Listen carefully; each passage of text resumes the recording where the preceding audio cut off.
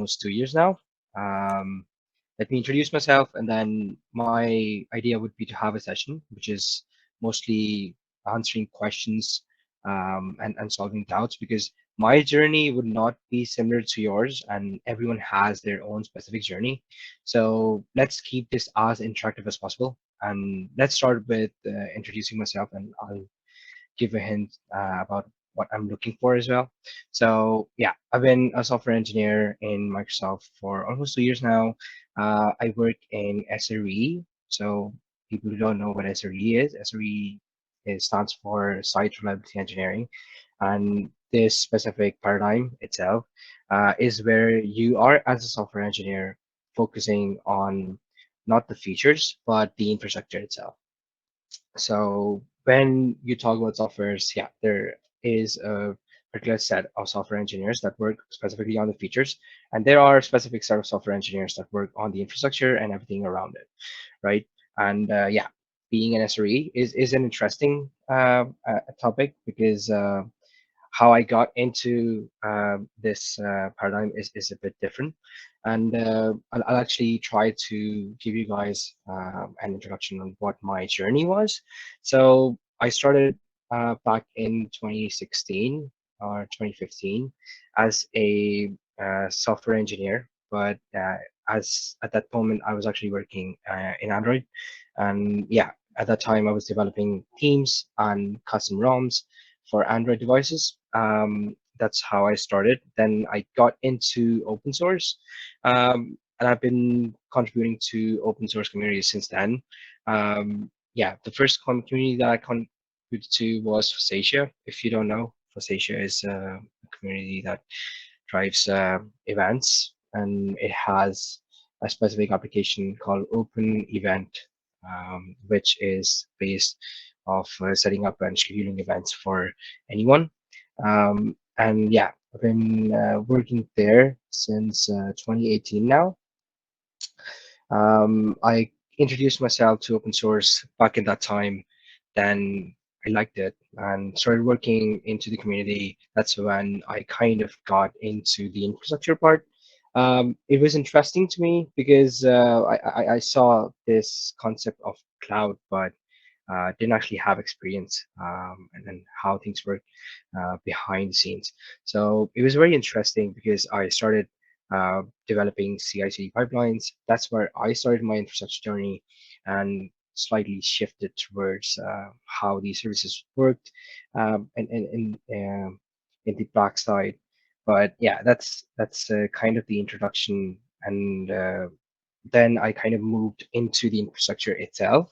And yeah, working on a lot of Docker applications, making sure these applications have been uh, created according to the compliance, making sure we're not exposing any secrets, things like that were kind of my major tasks when I was working in the open source community, which kind of transitioned to using this knowledge for my projects as well. And yeah, this kind of transitions to me having a specific course where I actually learn a lot of things with respect to infrastructure. But a lot of it has been the experience itself, which kind of comes with working softwares and working at scale, I assume. So yeah, that's kind of how I got into SRE, and yeah, there I am now working as an SRE in Microsoft. So any questions in regards to your journey or what you've been doing? Anything that you'd like me to discuss?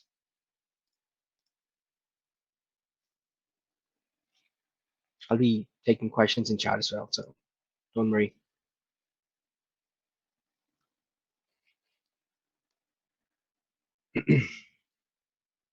Yeah, feel free to type your questions in chat if you have any with respect to anything specific you're looking to get answers for, or yeah, I can move to a different topic. So yeah, there's a question by Mohammed Asadullah. He's Yeah, asking, what's your thoughts on CP, which is competitive programming? competitive. Okay, yeah, yeah. So it's subjective, I'd say. people who like doing competitive programming should do competitive programming, but it depends on what your goal is, right? So if you want to end up in a company which hires software engineers using DSA and algorithms, you'll have a likely chance of getting the advantage of being a competitive programmer, right? So as you've been solving problems with a specific time limit, you're going to obviously have this idea of understanding patterns and making sure that you know what is the right way to solve a problem and the fastest way possible to solve it, right? So it's good in a sense that you want to apply for these interviews because that's one of the benefits you're going to get when you're going to be a competitive programmer, right? And yeah, I guess it's important, but I'm not sure if it is too important because it can be different for different people. As I said, my example, I am a bit different person, and I did not do competitive programming at all, right? I used my software engineering background and my experience, and that is what kind of was important for me. I was into open source. I was not into competitive programming, but I know how to solve large structures and abundant problems because that is important as well. You don't need to target, let's say, a certain amount of questions. Let's say you want to solve 500 questions in a month or something. That's not the goal. The end goal is to have problem solving skills, right? And you're going to be judged on how you solve a problem and what is the approach and are you good enough to communicate? Are you good enough to think out of the box? Because mostly the questions that are being asked in the interviews are kind of already present on lead code as well because you being college students won't be asked questions that are typically hard in a sense that they're created by someone who is not um, actually available in public, right?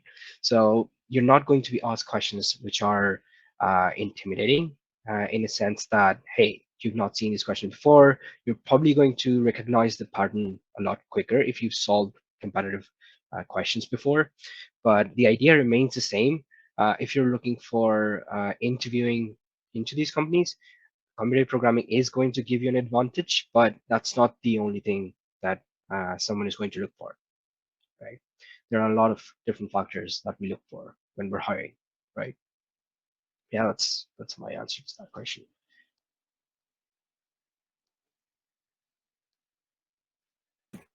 Okay, so the next question is by Darshan. Is asking what is the best language to start with? Awesome. So that is also subjective because the idea remains that hey, you have understanding of one specific language and you're good at it.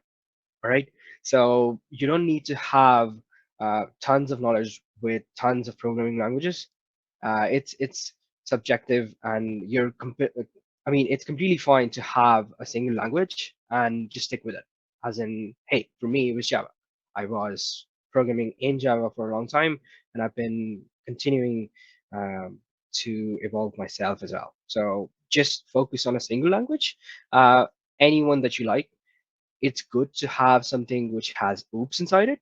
So not a functional language like uh, Python, but yeah, having oops is a great concept. And in almost every company, you'll probably be able to see that there are softwares that are just based off of oops. So yeah, have this concept of choosing a programming language, which is well known. But yeah, it's completely fine if you choose whatever language you like. It's not relevant with respect to interviews in special, right? Awesome. I hope that answers your question. So the next question is by Lakshya. Is asking what is the roadmap for first year students to crack the internships and placement in companies like Google, Microsoft for Tier 3 college students? Ah, the classic question. So uh, it's it's uh, it's a bit different, I'd say, because I don't actually have experience in India specifically, and I've seen this bias of tier 3 versus tier 1, which is sad to see because It shouldn't be that case, right? Everyone should be equal. But I'd say to get into internships or placements is going to depend um, on your skills first place. But the important part that comes into picture is, are you going to get an interview or not? And for that, you're probably going to be looking at being the best in terms of having the best resume to be screened in. And it's also a bit difficult to say because everyone kind of has different interests, and what we're looking into that specific person is a bit different at that specific time, right? Um, and the best way is to sell yourself, but you need to be subtle and you need to be simple. As you are looking for internships, I'd say try to show your learnings inside the resume, and try to make sure you note the impact. I mean, people have been creating softwares and creating systems that are amazing, but they just don't know. And it's completely fine. It's completely fine because this comes with experience as well, right? I've seen people who've created wonderful projects, but they lack to sell themselves, and they just kind of specify what they've done and they expect things to happen um, automatically, which is completely not possible, right? You need to sell yourself, uh, and once you sell yourself good enough and you're the best in the best in terms of having a nice resume, once you're screened in, then it's completely up to you. You need to be good with data structures and algorithms, and you need to make sure you're good with problem solving in general, because it's a matter of, hey, you have a bunch of people applying for the same role, and now we have this ability to choose the best one, or let's say the best 10, because we have 10 roles to fill, right? So you need to be good with problem solving as well, and you need to be good with selling yourself as well. So that's the basic idea of creating a resume. But yeah, that's uh, that's kind of a way um, I'd suggest you to look into it, because the roadmap itself is a different question, because it involves creating a resume, and then evolving the resume, and then being prepared for data structures as well. So I can go through them one by one, but for the resume part, it's mostly about selling yourself and making sure you have the learnings noted down, right? Because we as engineers, we don't look up to college students to have tons of experience, because I mean, you won't. You're applying for an internship. You're trying to gain experience here, right? So the idea would be to, hey, let's look at what this person is capable of. How well is he learning? Because that's the best thing about internships. You can mold a certain person into a specific set of software engineering skills, right? I want you to be specific in, let's say, SRE. So I'm going to mold you into an SRE because you're new and you don't actually have experiences. You won't actually have biases, right? That are going to be kind of counterproductive in a sense. But that's what interns are great at. They're good at molding, and you can mold them into a specific set of software engineering skills. And yeah, you should be open to learning. So yeah, make sure you show this impact into your resume because it's very important, right?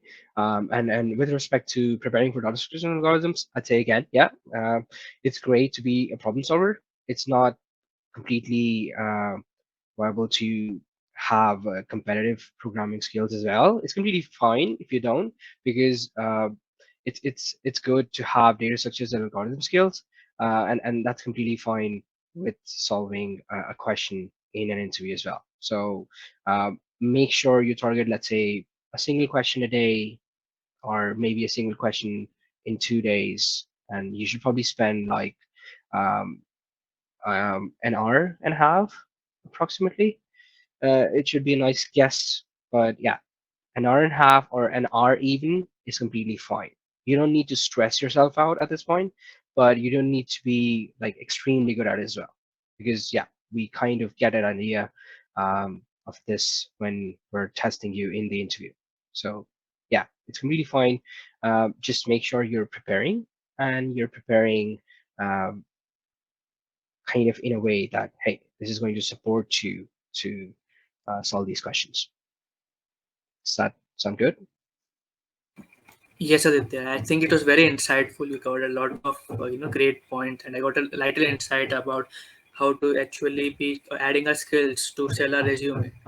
Right. Awesome. Yeah. Okay. So another Any? question is Yeah. just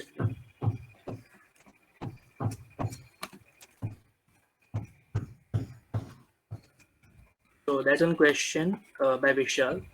As a fresher, can I choose cloud computing or I have to choose coding or development part of software tech? So I probably have a question for Vishal as well. So what do you actually mean by programming in cloud computing or programming as a software engineer? So do you think these are different things, or what exactly is your approach here? Can we like talk with him as well, if that's possible? Yeah, sure. Just a minute.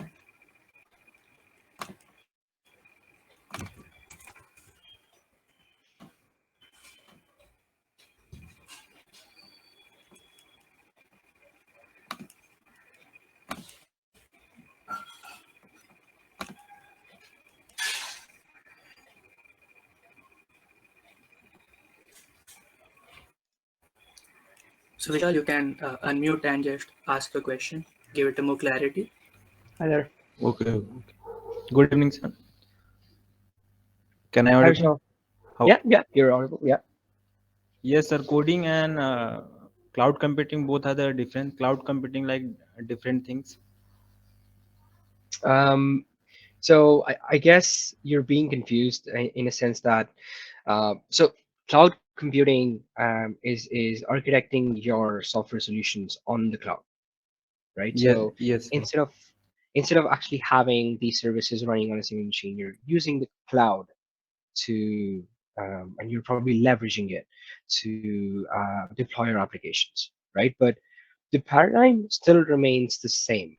When you're programming something, you're going to have multiple systems interact with each other, and that's kind of normal. Let's say you have a backend service and then your front end service, and the backend service probably has a cache, probably has a load balancer, has a bunch of things. And now these things are not deployed on legacy systems, and instead you just deploy them on cloud, right? So that's the only difference between um, clouds and yeah, developing something in legacy systems is. But yeah, there's a different concept when you're developing inside clouds, because there's a concept of regions, there's a concept of availability, there's a concept of fault tolerance, there's a concept of pairing in geosecondary, geoprimary regions, and that itself is not a part of coding, because it's coding itself is like, hey, I want to code a specific piece of program, right?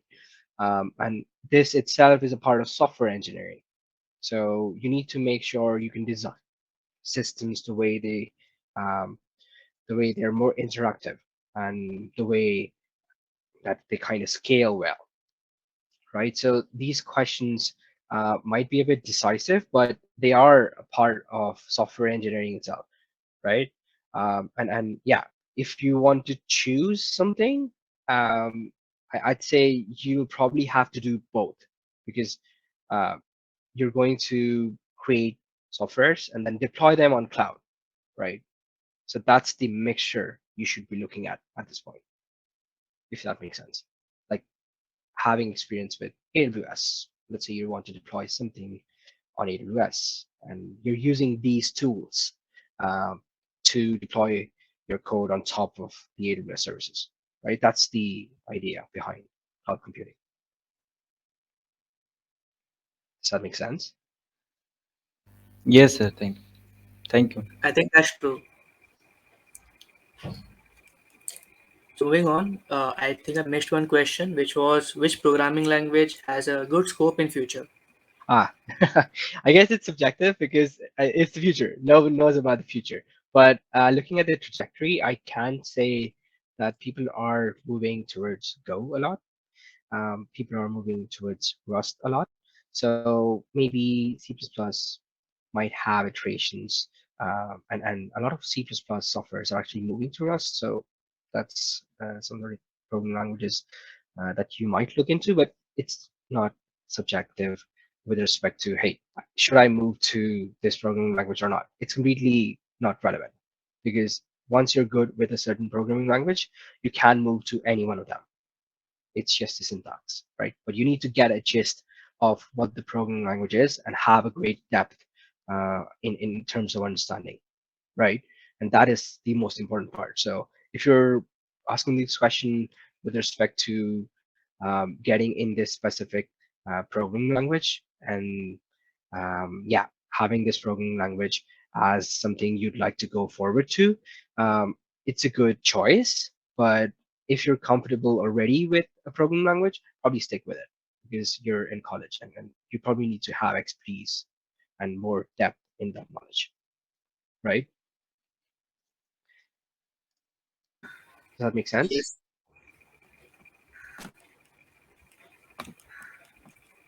You can also type in the chat box if you have any further question or you got it.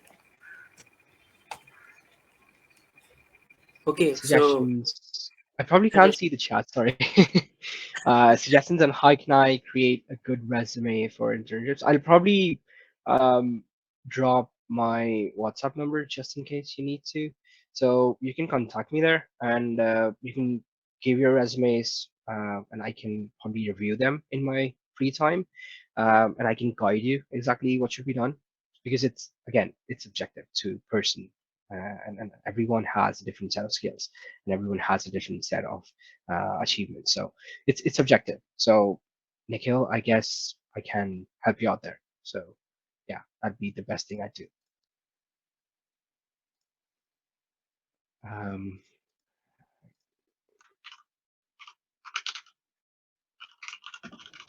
so it's onto the chat. You can save it. You can contact me on WhatsApp, and I can help you out with the resumes. I can review your resumes and then help you out. It's completely fine. So it's subjective, and that's why I cannot answer it here. But yeah, That would be actually very helpful for the students. So thank you yeah, so much. no worries at all. That's completely fine. Okay. So yeah, Yeah, so someone is asking that how should we improve our communication skills as well? so yeah, communication skills. So I personally use open source to improve my communication skills. So um, why am I talking about open source so much? So when you kind of try to contribute to a project in open source, what happens is the organization and the structure is very similar to how a big company works, right? And you'll probably have meetings with respect to, hey, we're trying to develop these features, these set of functionalities that are being looked at in our open source project as well, and they devote their free time to it, right? So they have specific meetings and you can get involved, you can participate, and you can ask questions, you can interact. And these are the key fundamental things that we'll be looking for in order to improve your communication skills, because the more you communicate, the better you are, right? So it's all about communicating more, and yeah, use open source as the one best thing to every problem that you got. But yeah, that's how I improved it. But there are many ways to do it. People use applications that are devoted just to meet new people, and you can use them. You can probably meet someone outside India. You can meet someone who's native to speaking English, and then yeah, the more interaction you have with them, the better you're going to be by that time, right? So it's a process, not something which you can improve and toggle like a switch, right? So yeah, interaction is the key here.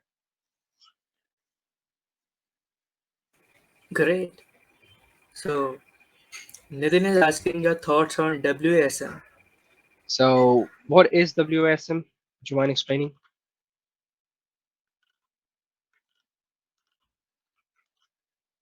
WebAssembly. I probably am not aware.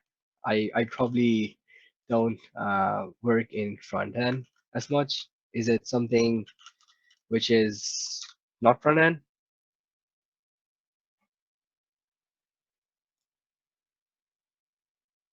Are you there, Nathan?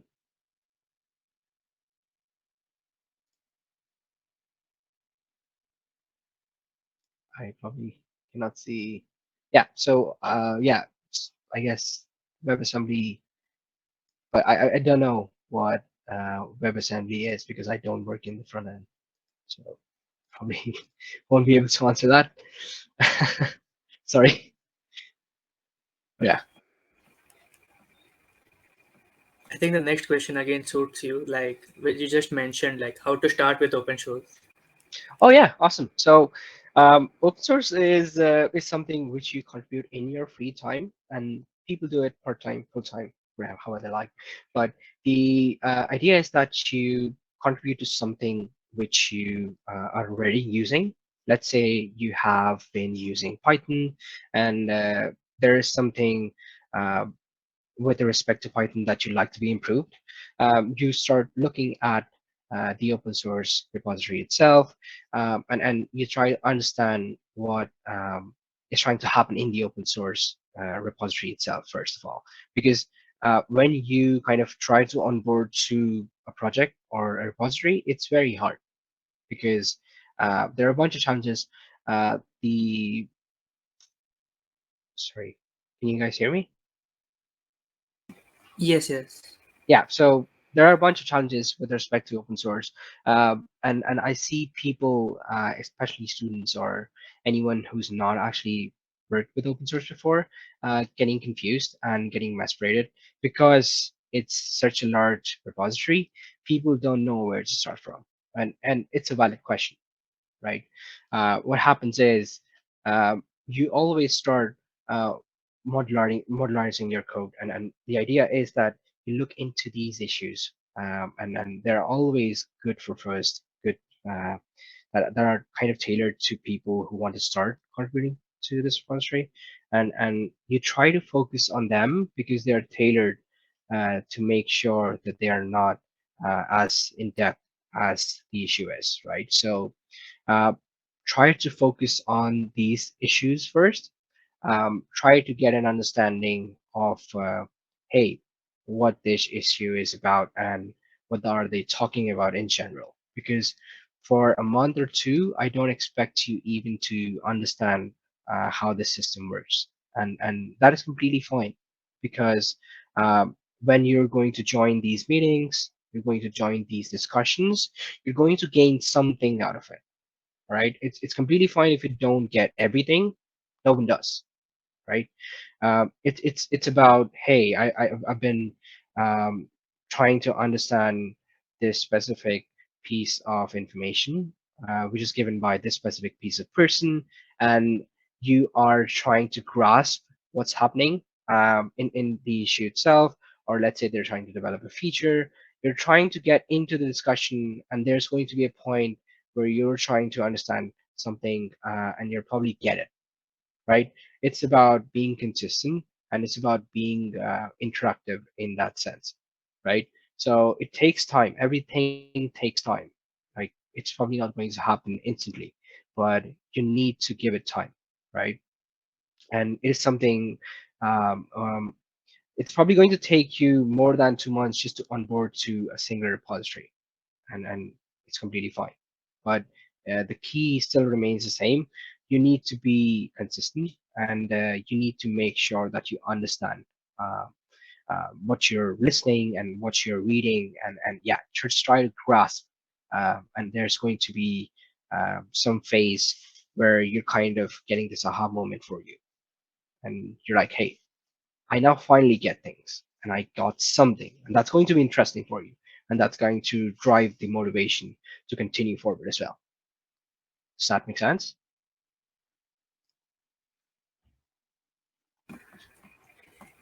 Yes, that makes sense and was quite interesting. And we'll just take a last question before we introduce Sumit sir on the stage. All right. So the question is from Manisha. that which programming language should the fresher start with, Python or C++? So I'd say one should never start with C. So C++ is something different, but one should never start with C. I've seen schools trying to introduce students to C, which kind of brings its own set of problems. Um, Probably start with Python and then move to languages like C++, and C probably is the next step for you. And the reason is because a student or someone who's actually not comfortable with programming, you're trying to teach him these concepts of memory management and making sure your code is allocated off, making sure it's as close to assembly, which is not something I like a student to learn about in the initial stages, right? So probably start with Python first. It's as as phrasely as can get. So the idea is that you can probably think about it and have these helper classes that can help you to achieve a single task in a much better way, right? So the idea is that, hey, I have a simpler programming language that I can onboard to. Once people are comfortable with using that language, they can shift to a much complex language, right? Because I mean, having things like memory management in a student before actually learning programming uh, is a bit stupid, I'd say. But yeah, that's something it's subjective to me. So yeah.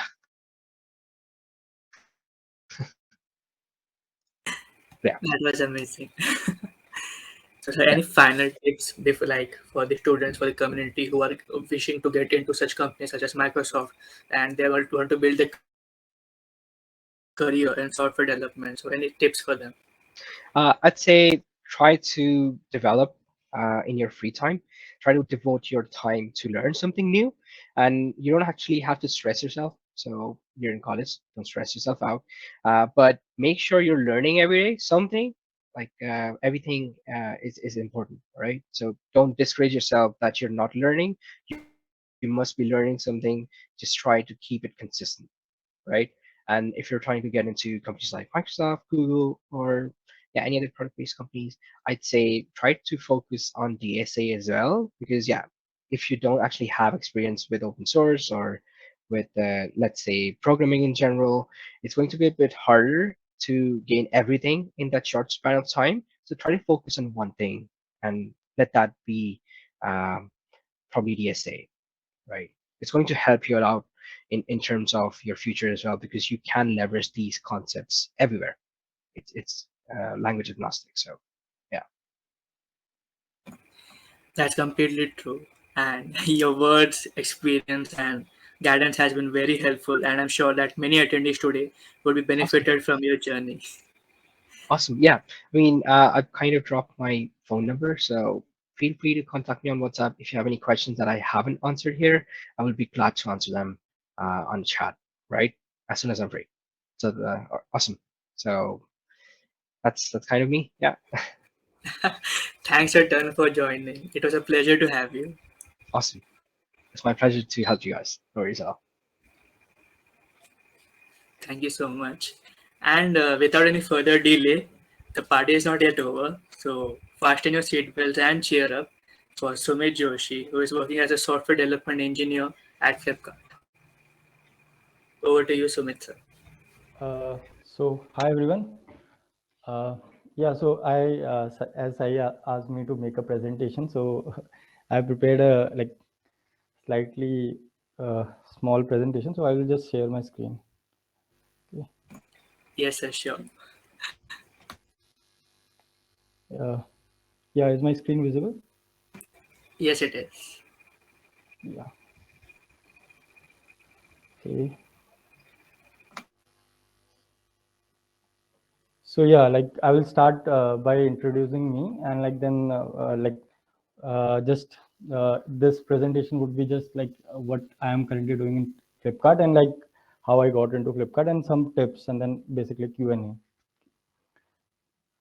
Okay, so I started my first job as a system software intern at Tarana Wireless. So it's basically a company which is working on 5G technology. And yeah, so I did an internship there for around 4 months. And yeah, it was one of the like best experience, as I was a system software engineer, system software intern there. And like, so yeah, like the job was slightly different from a normal role, like of what I'm currently doing at Flipkart, because here like you have to write uh, code in languages like C++ and know very much about OS internals.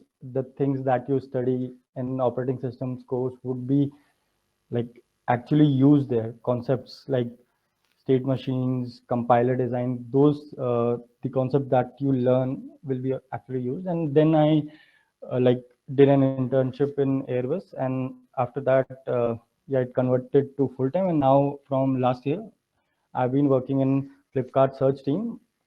So yeah, like the tech stack and the experience is also like quite good here. So I'll just start by like how I got into Flipkart, what all things like you should as I'm also from not tier 1 or tier 2 college. So from an India perspective, it would help you to like go into good product based companies. So firstly, like my journey started like I reached out to recruiters on LinkedIn. So first advice would be like I see many people who start sending connection requests to recruiters only when they see jobs on LinkedIn.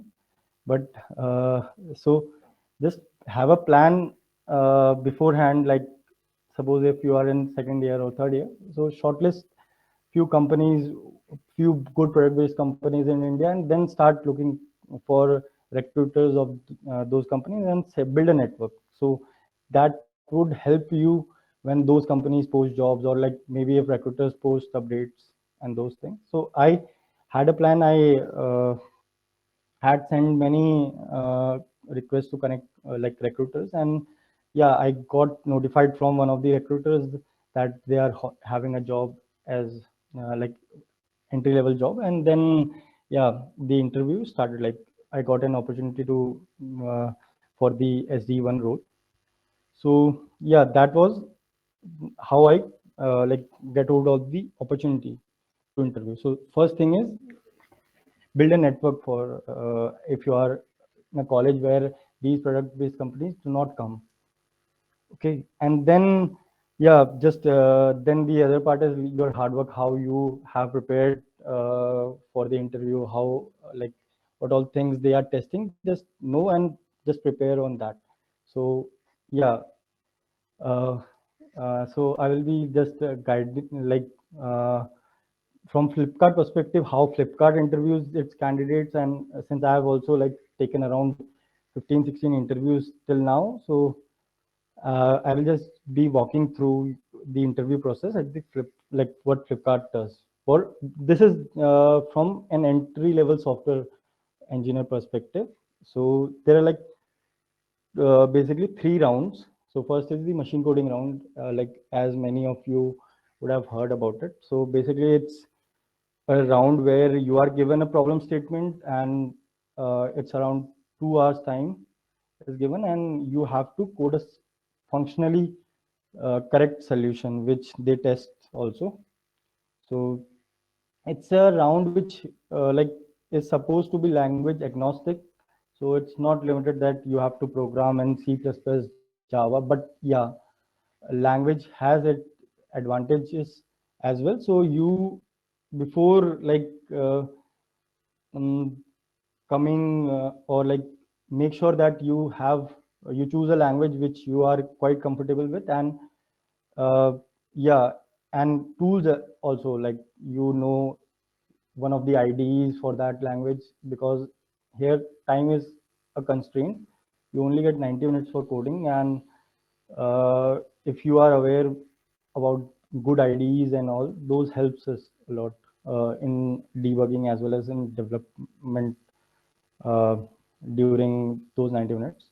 And yeah, so what all things are tested in this particular round? So basically, like they test whether your code is modular, you are able to use commonly known design patterns, and you are following a certain architecture that is used or that is suitable for that problem statement. Like for example, MVC and those things. So these are the fundamental things which are tested here, and there are some priorities given to things. So first thing is like that you should keep in mind is your code should be functionally correct.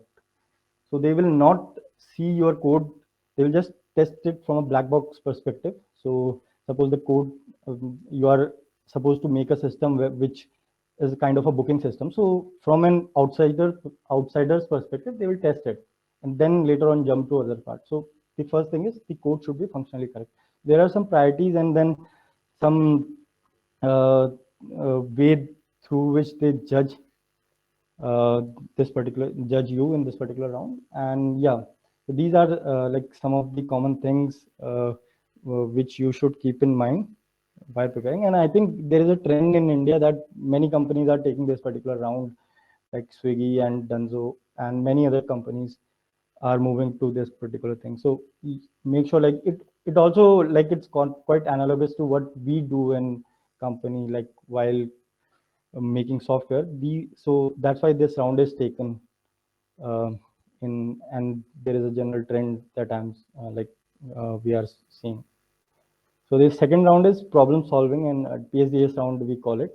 So this is basically like a round where it's a round where you are given a question, and it's kind of the questions depend upon uh, uh, like your resume as well, because if suppose generally we tend people who have experience in competitive programming, we ask them question of slightly higher difficulty, and then people who don't have much, we slightly like choose the questions appropriate to them. And so generally there are like two rounds involving PhDs in Flipkart. And yeah, so what all things are tested? So yeah, you should know commonly known data structures and algorithms, and how to like abstract out things. Like suppose you are using a priority queue, what its role is, and without going into implementation details of the priority queue, you can just utilize that data structure. So these things, and then complexity analysis, how like analyzing what your space complexity is, what your time complexity is, and all those things.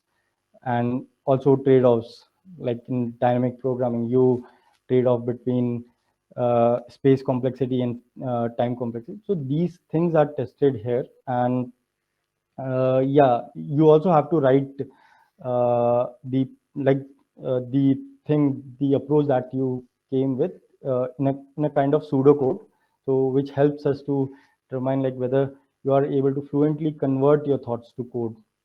So those aspects are also judged in this particular round.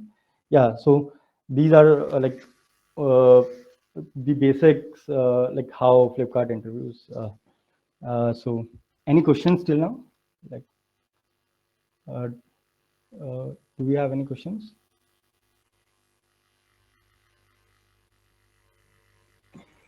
Hey everyone, if you have any question, feel free to drop them in the chat box section.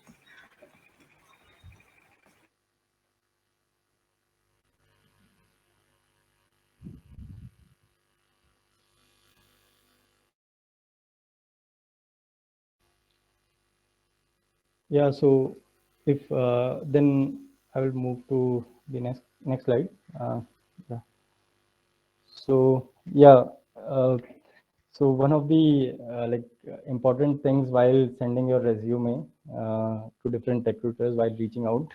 So like I get many queries on LinkedIn, like how should we make our resume and all those things. So first of all, I will just tell my experience. So generally, what people like normally like students who come out of college, they have only one resume and they just send it to all the recruiters. So one of the things that you should keep in mind is while applying the job, fine tune your resume according to what the job asks for or what the role asks for. So suppose you are applying in a product based company and it uses uh, Java as their tech stack. It has Java ecosystem. So make sure you have some projects aligned to that technology, because like many nowadays what's happening is there is an AI tool which is where your resume are uploaded, and so the first step is basically automated. So it looks for keywords in your resume, and then human intervention is there. So make sure you fine tune your resume before applying, or even for referrals also, because nowadays many students are going through referral route. So there also AI tool is being there. So you make sure you have those things in your resume, and then uh, I would say keep different resumes for at least like have 2-3 resumes. Suppose you are applying to uh, a company which has ML and you are also very interested in that field. So make sure your projects are like having those things as well. So yeah, any questions till now? Do we have any questions? Yeah, there was one question that what is a suggestion about DP?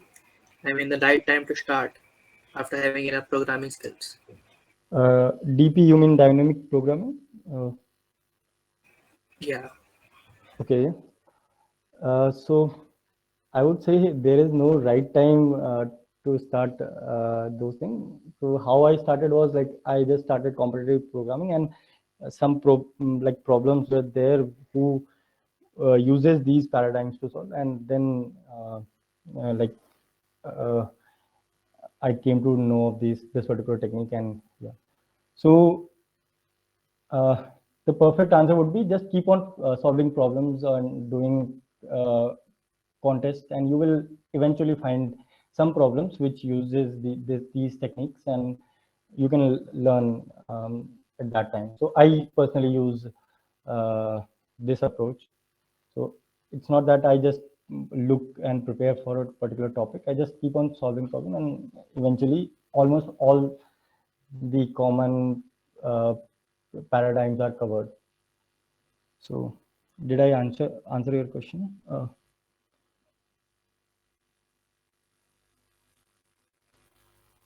Hello. Yeah, Aniket answered yes. He got answered your question. Yeah. So any other question, or should I move? Yeah, there was the same question which was actually explaining that what should be the roadmap. Okay. So roadmap for what? Like for internships? Yeah, Okay. like for both the internship as well as the job interviews. So yeah. So as I said that. Firstly, shortlist, have a plan, like shortlist companies where you want to get in, and then just build a network, because the first thing is like how you will get opportunities for interviewing in that company. So shortlist a few companies where you want to get, and then build a network, send connection requests to their recruiters, and then have a idea on their interview process, how they hire. So this I talk with respect to Flipkart. There are many product-based companies have similar process. Some may have machine coding round or not, but generally it's same. One or two problem-solving rounds are there. So as a fresher in India, I think you should be good in DSA, because these things are only tested in the interview. Like generally, uh, for a fresher, I don't think much focus is done on the tech stack that he has used, because the rounds are made in such a way. But yeah, as the experience grows, maybe you are 1 month, 1 year, or 2 years down the line. So then those things are like gain importance. So it depends upon the experience.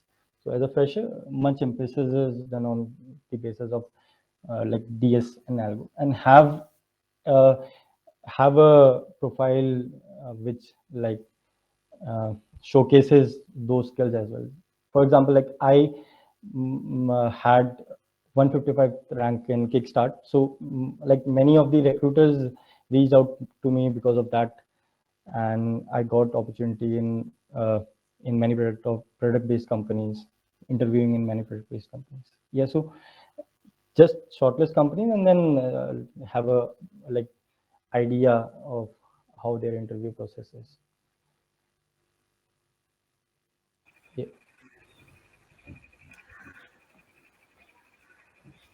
So yeah, I hope it answers the question. Yeah, Nikhil says it answered. So yeah, let's move on. Okay. So like this, I made like what all things I did good in college and what things I might have done. So like because in industry when you come, there are like certain things that are used. So firstly, the thing is there's a process in big product-based companies of developing softwares. So there are quite a few things if you know before joining industry, they would be quite helpful. Like agile development practices, how softwares are actually made in industry. So you should have basic idea of those practices, roles, what all like the team has, product owner, the scrum master, and what all are their roles in a team, and agile tools like Jira. So I would say like because eventually you have to learn these things after joining company. So if you have a very naive idea of how what all these tools are meant for, it would be quite helpful. And also like testing, how actually softwares are tested, like we have unit testing, E2E testing, and then QA testing, all those things.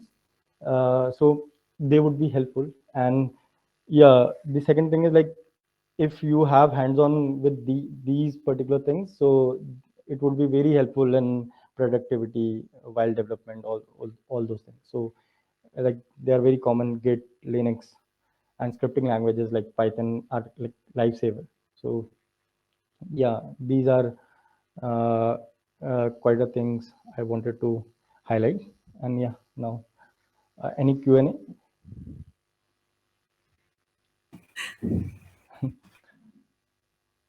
So do you have any questions? Yeah, so my views on ethical hacking.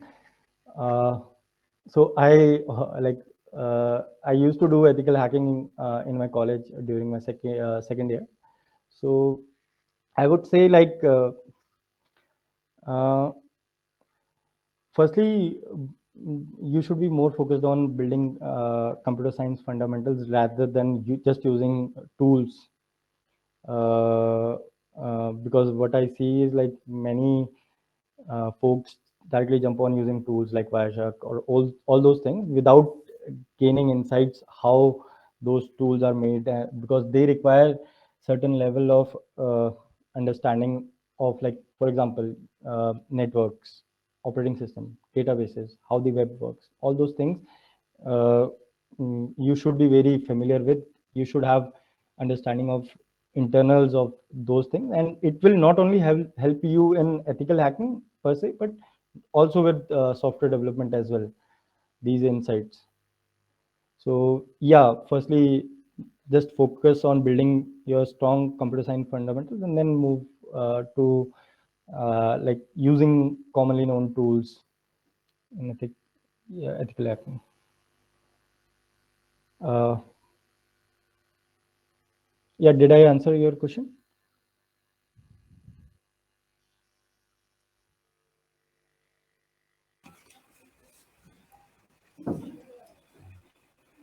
Yes, so Amitesh says okay and absolutely. He got the answer. Okay. So Mohammed Asadullah is asking, are college clubs or society worth it? As they claim it, will it boost your resume? And how to develop interview skills? uh, so to develop interview skills, you have to be quite familiar with the process. So yeah, firstly, like go through the complete process, how companies are interviewing and what all things they are expecting. So then just see whether are you able to develop those skill set in those clubs or not, which the companies are looking. So generally, like as a fresher, if you are if you want to get into product based companies, you have to be good in problem solving skills. And how they are judged by giving you a certain problem you have to solve and then code it. So first requirement would be any field you are choosing, just be good at these things. I'm not saying that you should be good in competitive program, but at least minimum level of problem solving skills you should develop. And yeah, then it comes like different rounds where your projects are assessed. So have a good project which you can showcase and you have made, not like just downloaded it from somewhere, you have made. So you are able to possess that confidence and know the internals of it quite well. Yeah. uh, did I answer your question?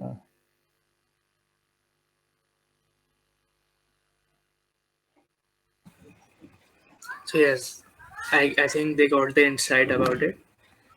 And again, they're asking like more about the interview tips again. So do you have any other questions like which they ask you or probably ask your fellow colleagues, or which is the most burning questions which are asked? uh, so generally, like uh, in Flipkart, how it is done is like every interviewer has its question set and a common question set. So nowadays, I am seeing a trend where interviewers are taking questions from the sites like Codeforces, CodeChef, because like if I am a competitive programmer, I will definitely refer these sites for uh, like if I'm interviewing some candidate, because I know if you are picking from lead code, it would be very common, and maybe some folks would have just revised it. So yeah, it depends upon the interviewer as well. But yeah, since many of the engineers who are joining are familiar with competitive programs, so I am seeing a trend that they are picking it from these sites, at least in my team. Uh, I would say. But yeah, it will not make a difference if you are quite a good with paradigms and approaches. So I don't think it will. You just have to develop a problem solving skills, may it be lead code or code forces. Got it. So Uh, how much CGPA is required to sit in interview for companies like Flipkart, Amazon, Google? I think Flipkart doesn't have that barrier. It may have in campus interview, but not if you're applying for off-campus roles.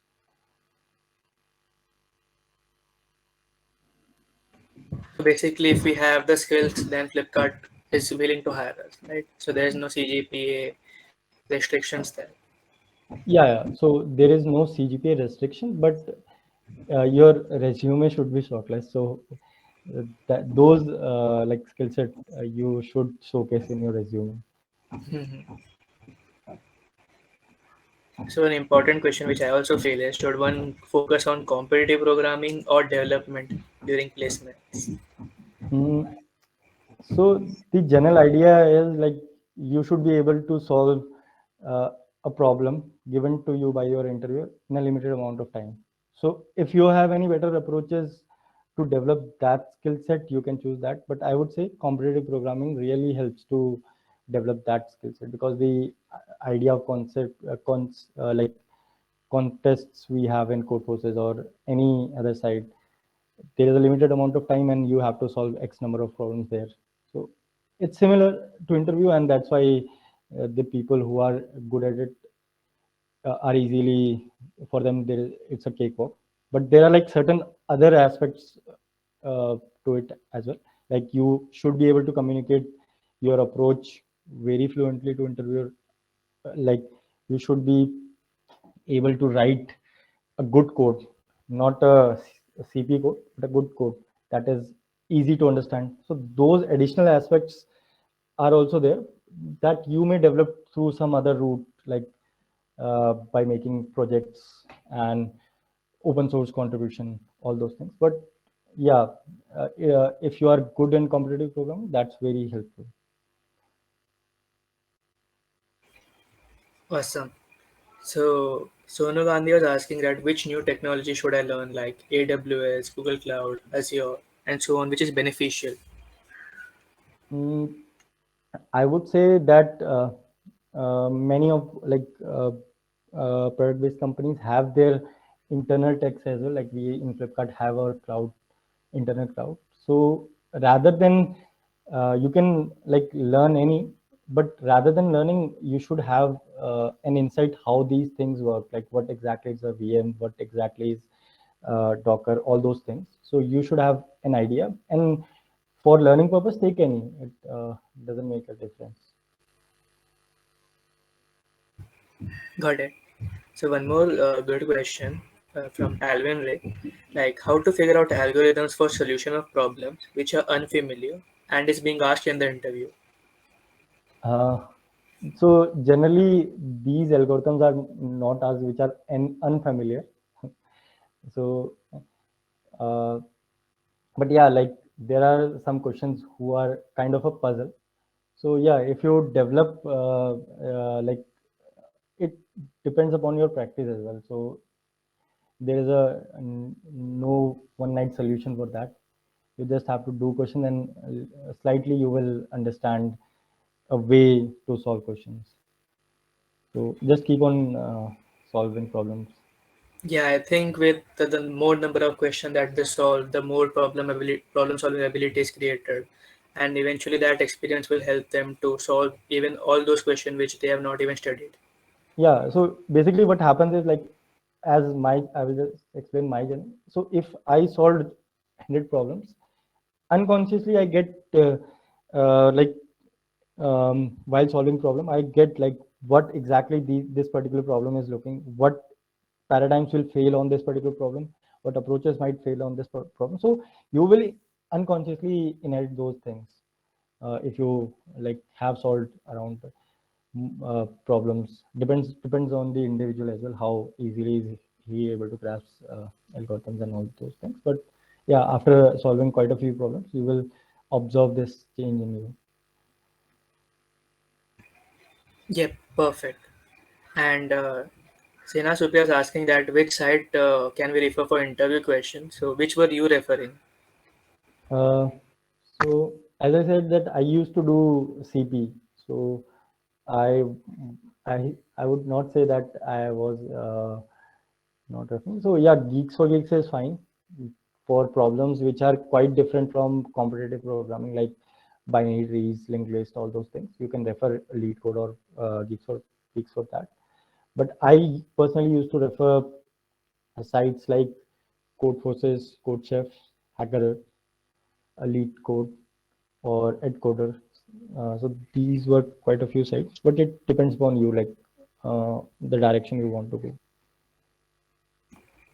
Yes, so you can go for this website like Geeks for Geeks, Hacker Earth, Hacker Rank, Lead Code, and start building your profile by solving various problems. And eventually, even as mentioned, like in competition like Google Kickstart, when you get a good ranking, the companies and recruiters start approaching you instead of you have to going for them, right? And one more good announcement is that Google Kickstart registrations have actually begun from yesterday, so you guys can also go and register there and have a taste of what the competitive programming or the programming contest look like.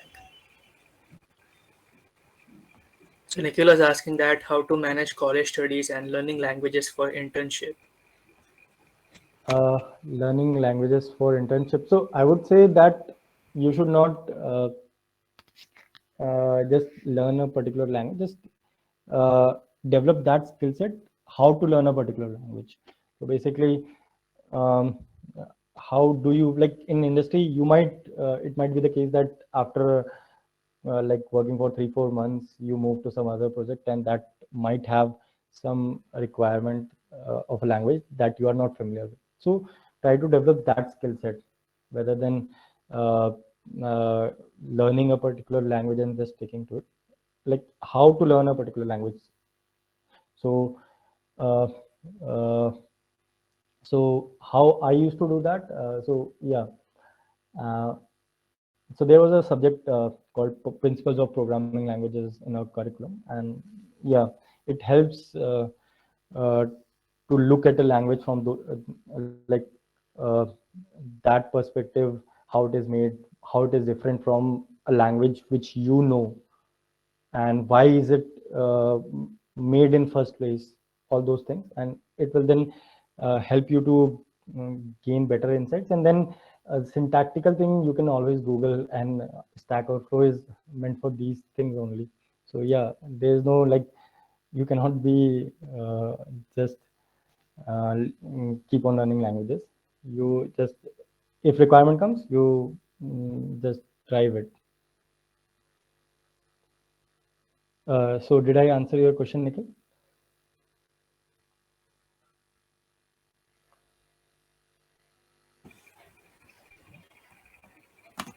Yes, so any final tips or advice for people who actually are wanting to get into companies like Flipkart? So I would say that build your network, because nowadays, since hiring is virtual, these like platforms like LinkedIn play an important role. So build your network, have a plan. First of all, have a plan, like shortlist few companies, look out to recruiters, look out to folks who work on in those companies, how they got in, then prepare yourself. So and build your network. Yeah. Apart from these, many, as I said, that many product-based company have similar process. So, and as a fresher, commonly you can like shortlist it to be good in data structures and algorithms, and having uh, competency to build a product like MVP product. So design patterns and architectures you should know. So yeah, that's it, I think. Okay, so very insightful and very helpful. I hope our session was helpful for everyone. And thank you so much to both of you, actually, both like Aditya and Sumit sir, for hosting, for having such an inspiring session. And we hope to stay connected for more. Yeah, thanks a lot. It's our pleasure, sir.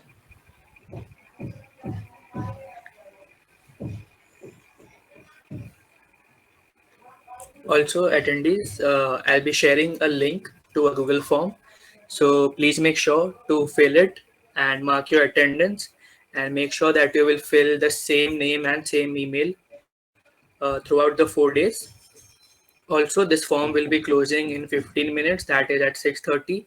So all the attendees, please fill it up as soon as possible.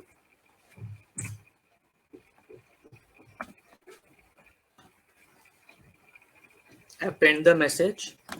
Let me know if the form is accessible.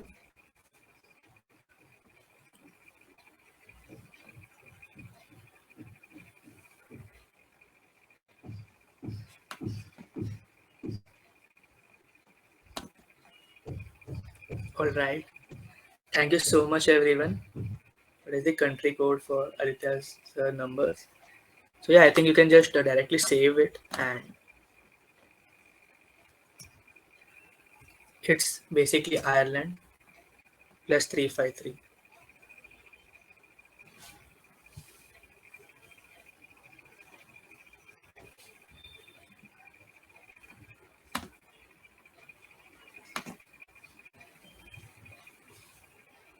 So yeah, also don't forget to connect with us on various social media platforms. And thank you so much, everyone, for joining. Thank you so much once again, Aditya and Sumit sir, for enlightening our students with your best presence. It's my pleasure. Thanks so much.